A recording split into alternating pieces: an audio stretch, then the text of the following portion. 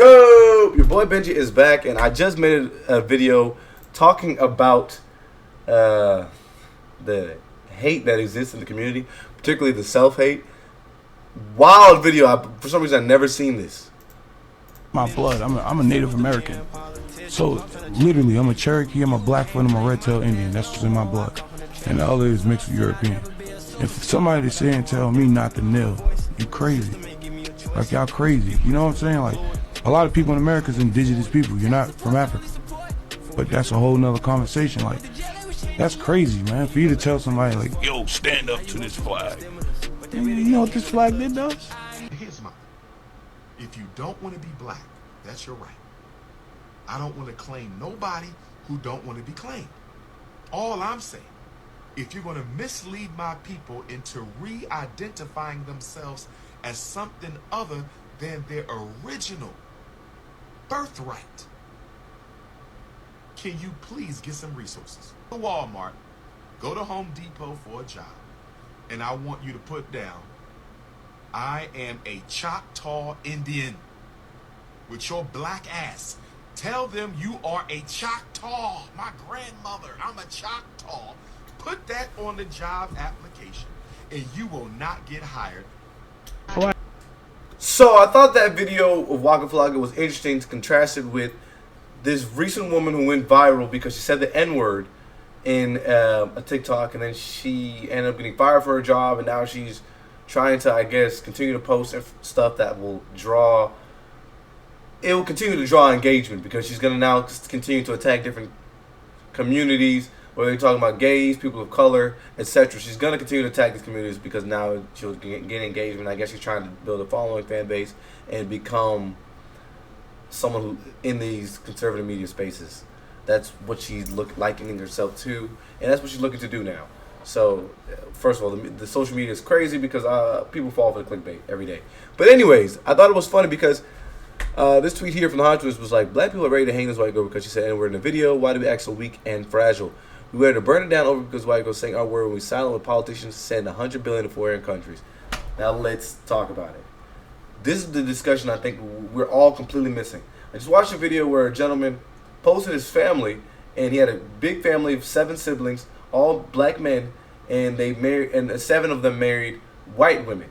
And people were upset because I guess they married white women, and then I guess he made a video responding to this and saying, hey, well, you know, y'all making these negative posts about my family.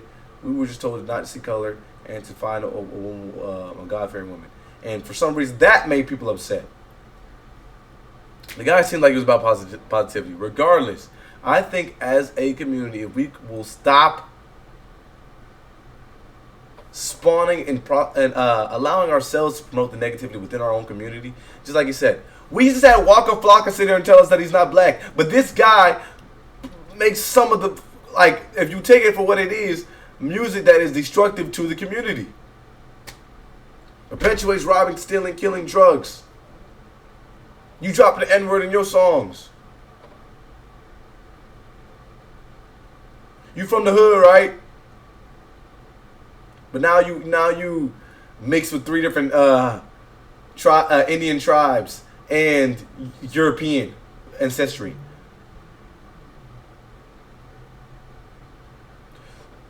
I think it's important that how can we police a word that we honestly have no control over? Why? Now, obviously, sure, we could talk about the background of the N-word, right? The negative connotations, everything that it did to the people, and where it held you, the form a Negro being that where it held you in society, and what that actually equated to you being as an entity, you being less worth than a man, a Caucasian man. You being less worth than a Caucasian woman. You not being relegated as a person. I understand that there is huge power that word held in politics and in your day-to-day speak. We claimed it back and use it frivolously in day-to-day language. Waka Flocka is a prime example. If you go look up Elaine's lyrics, it's there. I'm not arguing with that. Waka Flocka, cool. He makes some music that's headbangers. Sure, music is just a form of expression. But I said that to say, like, for example, Waka Flocka is in the hip hop industry. A large portion of the consumer, actually the majority of the consumer, is white folks. In hip hop, not a big deal. They're also one of the largest population groups. I think if you are creating this type of music, and let's just say you are somebody who lives in a community, an area where you don't see many people of color, the only information that you're getting promoted to you is the stuff that's in the media. And if the stuff that's in the media is hip-hop music, trap music, this is your only perception. A lot of people can distance themselves from what's going on in hip-hop because they don't take it for art or the story or for real deal things that are going on in people's actual lives. And the struggles that they're actually facing as a result of slavery, being in low-income communities, impoverished communities, etc. They see it as entertaining. So plenty of people could come and live in their 5-bedroom houses, go to their private schools, and then go bump Waka Flocka in private. And they'll go drop the N-word. These people that are paying to go see your concerts are dropping the N-word. The people that are going to streaming your music are dropping the N-word, go buying your merch. All these things like that are following you, right? Because they enjoy the caricature that you put out there of a black man. But now you're ready to even sit there and go far enough to admit that you're not black, which is fallacious at the very minimum. What are you talking about? And I think I want to bring it full circle because as a community, this is the type of stuff that we're holding to the forefront. We're holding this tight to say this is a part of our culture. But we've shared that culture with other people. We shared, let's say, if we talk about dances, clothing, music, ideas, we've shared it. Our actual work, blood, sweat, and tears, our slavery, our very essence, we shared it. But now we will allow this woman to get on a video and allow her saying that word to have so much power that she's actually flipped the script and tried to use it to only generate herself clicks and opportunity. And we fell for the trap.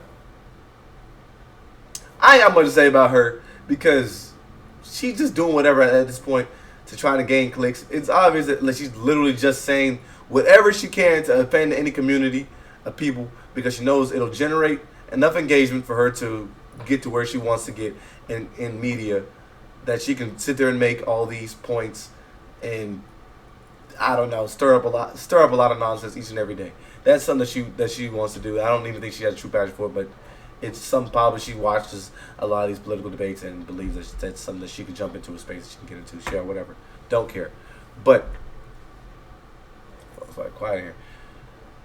I think that it's just so wild that these are like I said, we get upset about this stuff, but we're not getting upset about that guy that's putting music out, literally detailing how we should get your lit back in the hood, and he's from a place, Chicago, where that's what people are doing. They using his music as a blueprint of how they should be living their life, and you're only perpetuating worse scenarios in these low income communities in your city. Crazy work. And let's see what people talking about in the comments. People pissed off at them what's talking to. No, yeah, absolutely. I think all communities are just lost. So it's never appropriate, no matter who it is or what color they are. I agree with that, and I don't mean to say that we shouldn't give her attention and let her know that's wrong. But the energy and the power that it still holds, I think, is important to address because, like I said, it's something that people use today, and they'll say, "Oh, but we've claimed it back." But we are also simultaneously upset when another person that we deem is not black enough or whatever use the word. But then, like I said, you have plenty of people who simply, because it's attributed to how, like I said, how a community of people, how a race, how a culture was perceived, and a lot of people don't even want to claim that culture. Don't even want to claim that community. Bigger problem. Crazy work.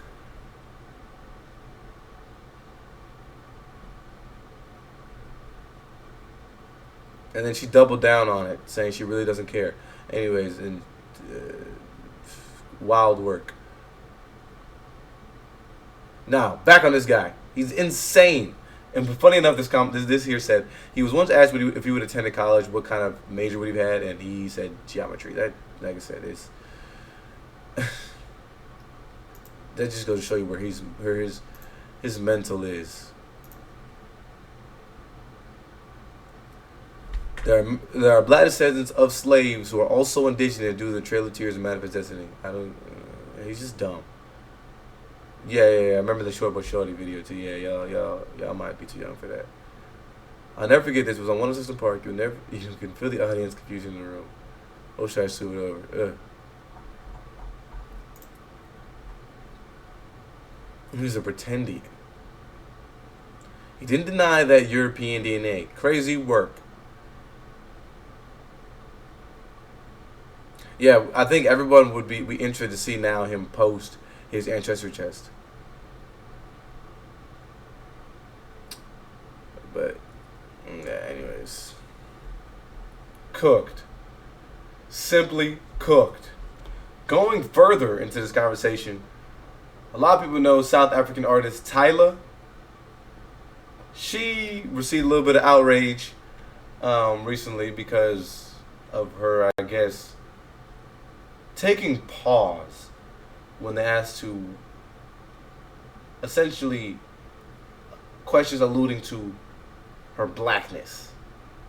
Now, in the African Music Award realm, Tyla's been blowing up, right? She's been doing her thing. I'm actually somebody who listened to Tyla way before the blow up. I knew of her when she had like 100,000, 150,000 followers or whatever the case may be. She was still relatively big, but I found out about her as well. She's a very pretty woman. That also has, I think, taken a good portion of why I think she's at the forefront. But additionally, I think it's because she's a lighter skinned woman and someone who would fit the narrative of a black woman. So it's easy for us to fit her in there. But she's from South Africa, right? I don't think is racially ambiguous. She's, for a long time, let people know where her ancestry lies. But also, Tyla's not from America, so a lot of people are upset about her trying to identify and understand how we look at color over here and how we look at race over here. But yeah, she's an artist that kind of broke out with her unique style. She has, I don't know what kind of music you would call it. I guess R&B. She came out. She's had some songs that have like a hint of like a piano background. With some of the beats and some of the dance styles that she's pushed. Even the Water song is she puts the dance that's from South Africa. So she's really serious about where she comes from. As you can see here, somebody made a whole thread about her South African references in the Jump music video, which I thought was actually a pretty good song. I listened to that the other day. Yeah, it's a typical tavern with references to drinks.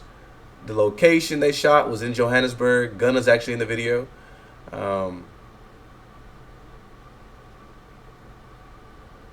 Yeah, certain locations. And then, yep.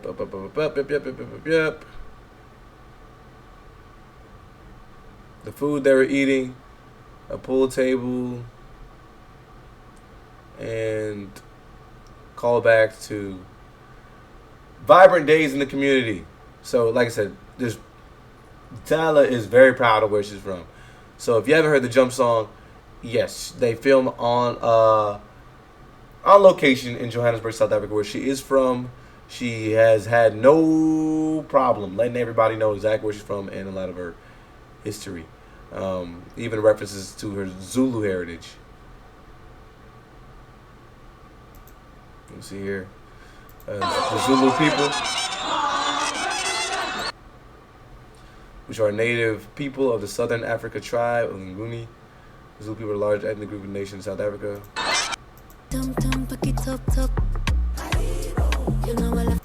As you can see there, There's plenty of instances of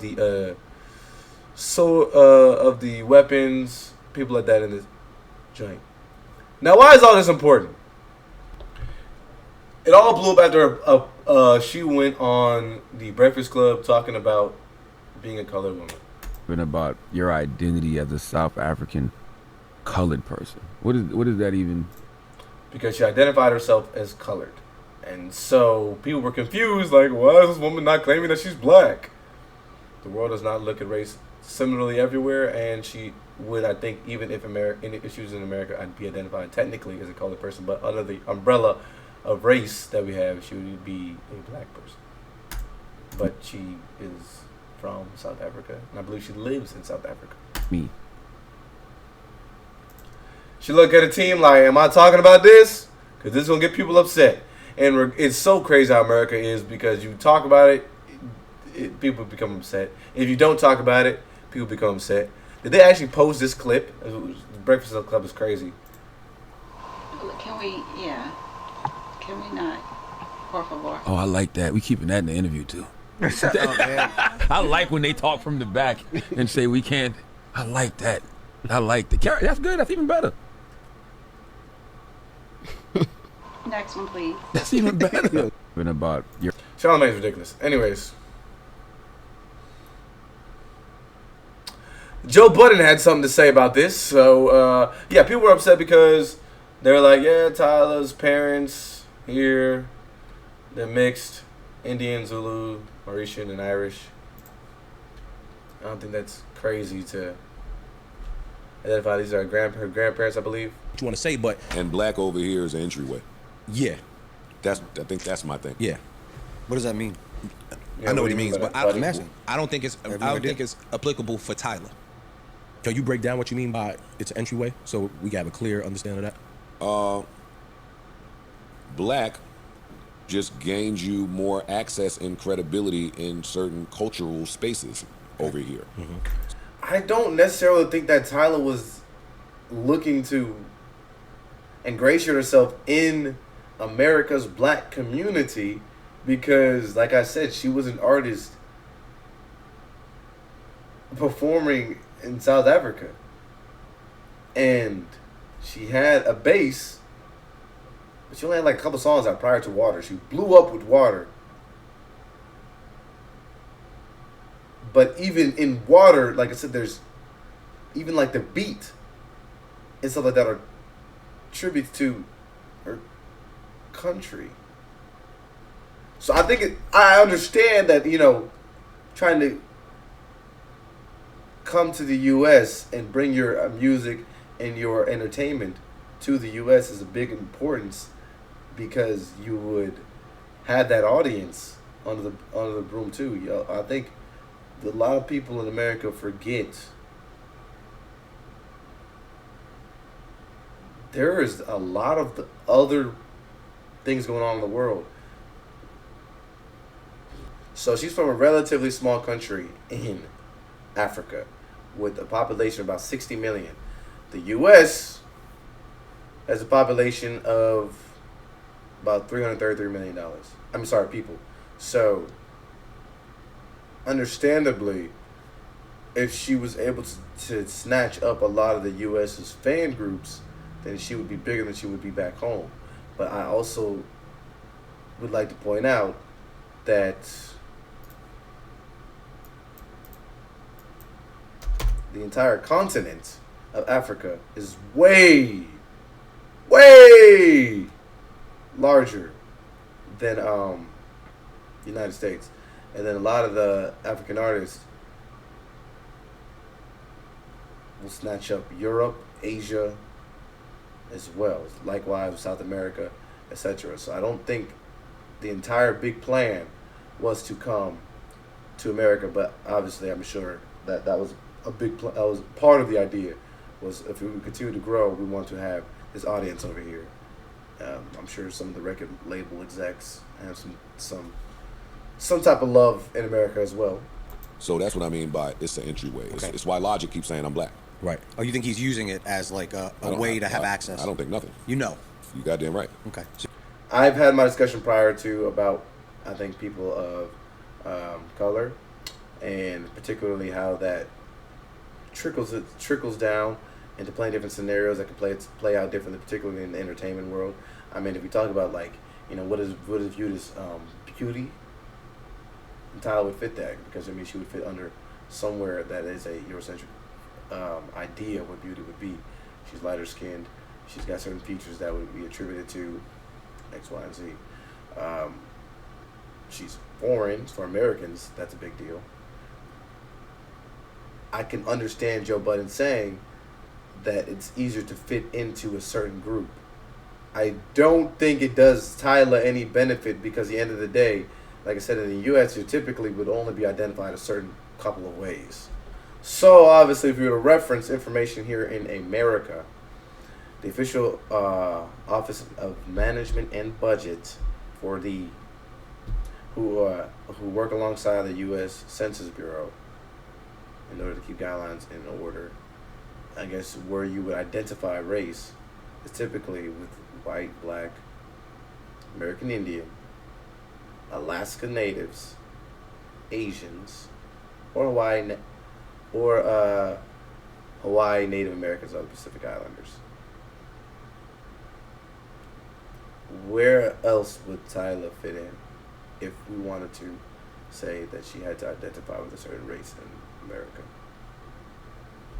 South Africa views race completely differently, because they additionally have a structure set up that is internally racist too. But I mean, there's a lot of racism that occurs in Africa as well, and a lot of that is particularly colorism. There's a lot of European colonists out there, but or colonization, and that a lot of the Africans are still reaping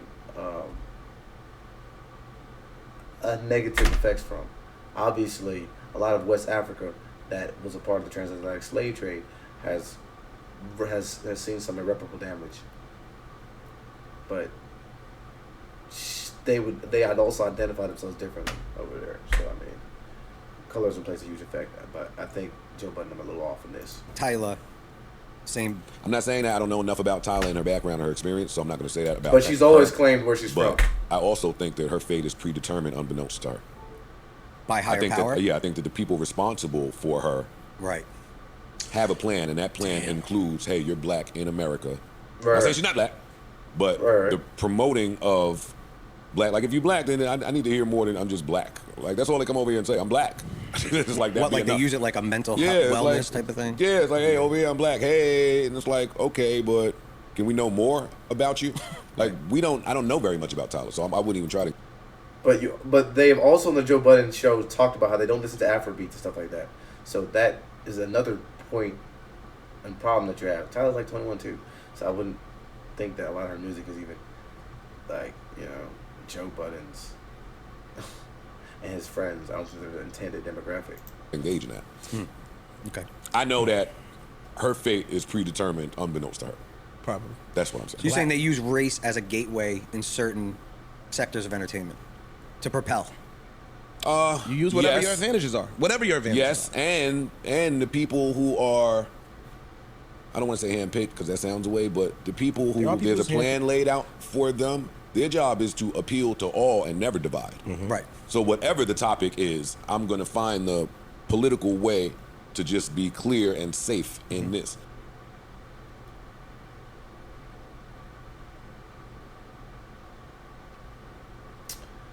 I think a lot of people in America only ingratiate themselves when they find the opportunity to.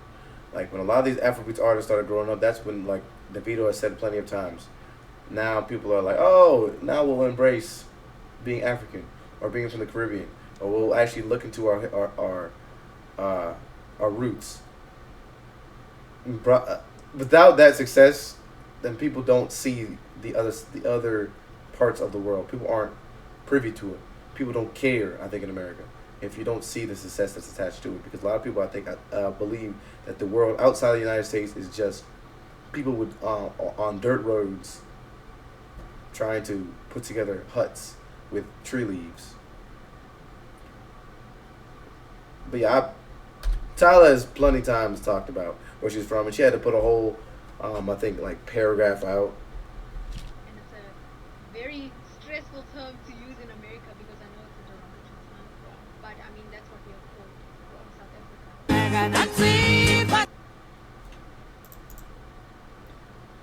Yeah, like I said, prior to Tyla blowing up, she has, like I said, had no problem identifying her history. Where a lot of people in America have no problem sitting there just saying, I'm from Louisiana, and that's it. And that's to the extent of their knowledge of their history or their understanding on race or ethnicity. That's where it all lies. That's where it stops. We have to become better. There we go. She's hip. When people are like, you're denying your blackness, it's not it at all. I never said I'm not black. I just grew up in South Africa knowing myself as colored. And that's how I'm exposed to more things. There's maybe other things too. I'm also mixed race. I'm also black. I know when people finding a definition for things, but it's and, not or. As young people, we have a platform where we can speak about things like this, things that are new and controversial and scary. It's a perfect time for this conversation to happen.